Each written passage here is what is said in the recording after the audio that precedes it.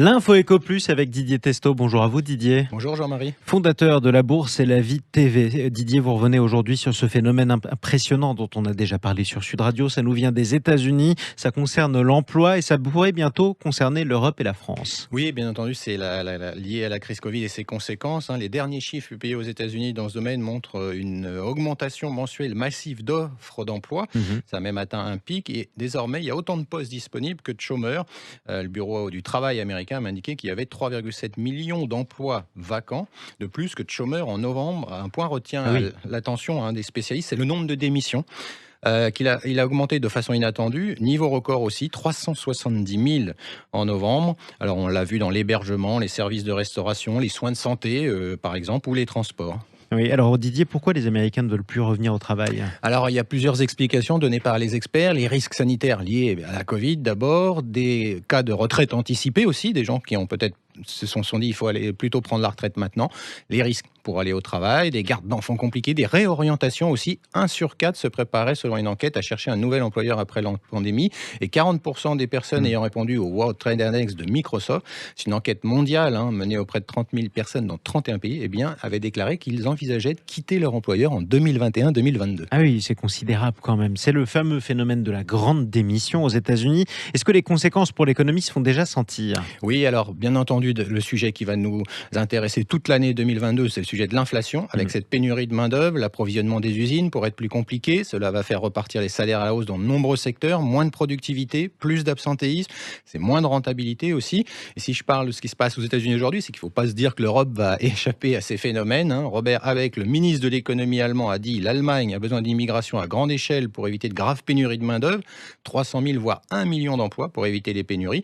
On le sait, les Allemands sont pragmatiques sur l'économie. Nous sommes en période électorale, d'incantation fumeuse. L'économie, elle, ne ment pas. Ce sujet du manque de personnel est un sujet majeur pour nos pays. Et donc, il n'y a pas que le prix de l'essence aujourd'hui. Il y a beaucoup plus avec ce sujet d'inflation. On pourrait dire qu'à côté, Ibiza, c'est un peu de pipi de chat. Oui, alors on remarquera aussi que c'est plus facile pour un ministre allemand de dire qu'il faut 1 million d'immigrés après les élections plutôt qu'avant. Allez, autre sujet cette semaine, mon cher Didier. Vous revenez sur ce qu'on appelle des licornes. Ce sont ces jeunes entreprises qui lèvent beaucoup d'argent en France, ce coup-ci. Oui, parce que c'est une start-up basée dans les Hauts-de-France qui s'appelle Exotech, qui a levé 335 millions de dollars, 293 millions d'euros. Ça la valorise à 2 milliards de dollars, lui permet de devenir la 25e licorne de la French Tech. L'objectif de cette entreprise est de construire des entrepôts entièrement robotisés avec plusieurs robots qui vont être tous reliés par des logiciels propriétaires. Elle envisage de multiplier son chiffre d'affaires par 10 d'ici 2025 pour atteindre à cette date 1 milliard d'euros. Voilà pour les chiffres. Il faut peut-être préciser pour ceux qui nous écoutent ce que c'est qu'une licorne. En tout cas, là, c'est la première licorne industrielle. Les autres sont issus du numérique. Eh bien, une licorne, pour ceux qui nous écoutent, même si on en voit de plus en plus sur les plages sous forme de bouée, pas toujours pratique, d'ailleurs. Pas toujours belle. Il y a quelques accidents. C'est une start-up qui a une forte croissance, qui innove. Croissance rapide, financée par des fonds extérieurs avec une valorisation supérieure à 1 milliard. Vous avez donc ce statut. Et en France, depuis quelques années, il y en a pas mal qui font de beaux parcours. Ouais, on élève des troupeaux de licornes. Didier, est-ce qu'on doit se réjouir de ces annonces ? Oui, sur le fond, ça veut dire que nous avons su créer un écosystème en France. Forcément, comme cette ambition de la Startup Nation est une initiative encouragée largement par Emmanuel Macron et son ministre de l'économie, ils se sont félicités de cette annonce. L'objectif du président est rempli avec 3 ans d'avance. C'est vrai que désormais, on connaît un peu plus les Doctolib, les Blablacar, les Deezer, les Back Market, sans oublier bien sûr OVH Cloud qui est désormais en bourse. Le prochain objectif 2030, c'est de parvenir à avoir 10 géants de la tech en Europe. Mais là, on parle de valorisation de 100 milliards de dollars.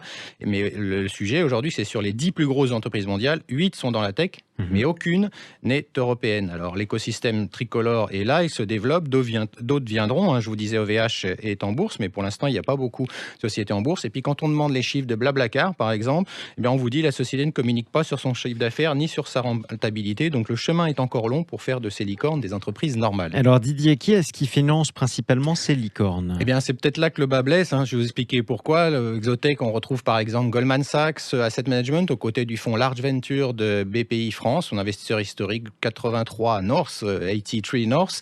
Donc les fonds étrangers sont là et la question se pose donc du rôle de BPI qui est aussi dans toutes ces opérations. Si au final cet argent qui sert principalement les investisseurs étrangers plus que ceux des Français, il faudrait peut-être arrêter de se réjouir de la levée des fonds et voir aussi tout ce qu'on peut faire dans le domaine des ETI, ces entreprises de taille intermédiaire intermédiaire, puisque le vrai déficit qu'on a aujourd'hui, c'est celui-là pour de la croissance et pour une croissance également de l'emploi. C'est ce déficit qu'on a vis-à-vis de l'Allemagne. Merci beaucoup Didier Testot, fondateur de la Bourse et la Vie TV.